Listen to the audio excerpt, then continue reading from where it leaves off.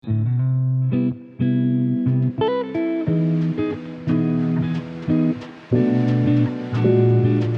Hi welcome back to Swathi home maker YouTube channel. Please subscribe ಮಾಡಿ, ಪಕ್ಕದಲ್ಲೇ ಇರುವಂಥ bell icon click ಮಾಡಿ, first notification ನಿಮಗೆ ಬರುತ್ತೆ. ನಾನು ಮಂಗಳವಾರದ ವ್ಲಾಗ್ ಇದು.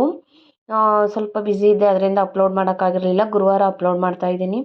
ಹಾಗೆಯೇ ನಮ್ಮ ಅವ್ರ ಬರ್ತಡೇ ಇತ್ತು. ಸೀರಿಯಸ್ ಆಗಿ ಅವ್ರು ಯಾವತ್ತೂ ಬರ್ತಡೇ ಮಾಡ್ಕೊಂಡು ಅವರೆಲ್ಲ ನನ್ನ ಮದುವೆಗೆ 4 ವರ್ಷ ಆಗ್ತೈತೆ.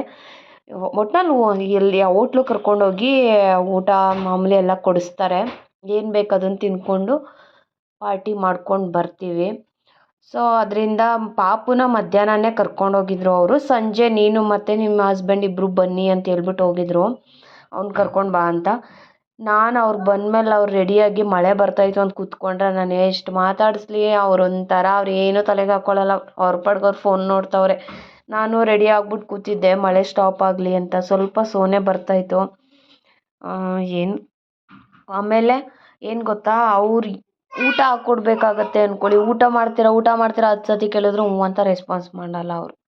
ಈ ಥರ ಮೂಗೂರನ್ನ ಮದುವೆ ಆದಂಗೆ ಐತೆ ನನ್ನ ಲೈಫು. ಫೈನಲಾಗಿ ರೆಡಿಯಾಗಿ ನಾವು 7 o'clock ಆಗಿತ್ತು. ಹೆಂಗಿದ್ರು ಡಿನ್ನರ್ ಅಂತಂದರೆ ನೈಟು ಒಟ್ಟಿನಲ್ಲಿ ನಂಗೆ ಮೈಸೂರು ಸರೌಂಡಿಂಗಲ್ಲಿ ಒಂದು 12-11:30 ಹಂಗೆ ಬಂದ್ರೇ ಚೆನ್ನಾಗಿರುತ್ತೆ. ಆ ಥರ ಇಷ್ಟ ನನಗೆ. ಹಂಗೂ ಸೋನೆ ಬರ್ತಾಯಿತ್ತು.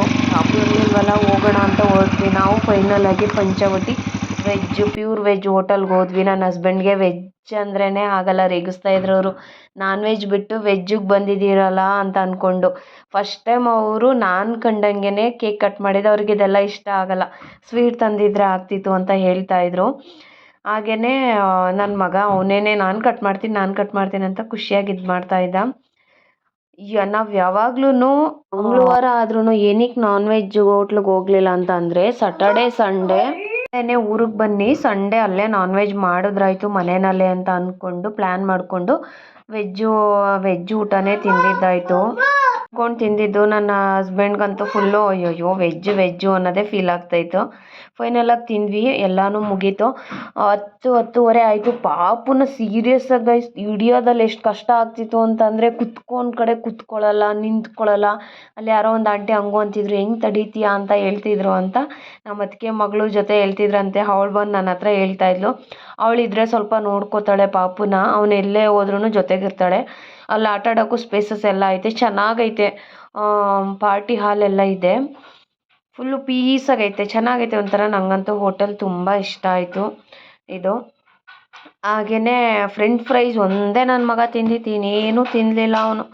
ನಾವು ಸುಮಾರು ಐಟಮ್ಸ್ ಆರ್ಡ್ರ್ ಮಾಡಿದ್ವಿ, ಅದನ್ನೆಲ್ಲ ತಿಂದ್ಕೊಂಡು. ಜಾಸ್ತಿ ಎಲ್ಲ ಅಷ್ಟೊಂದು ತಿನ್ನೋಕ್ಕಾಗಲ್ಲ.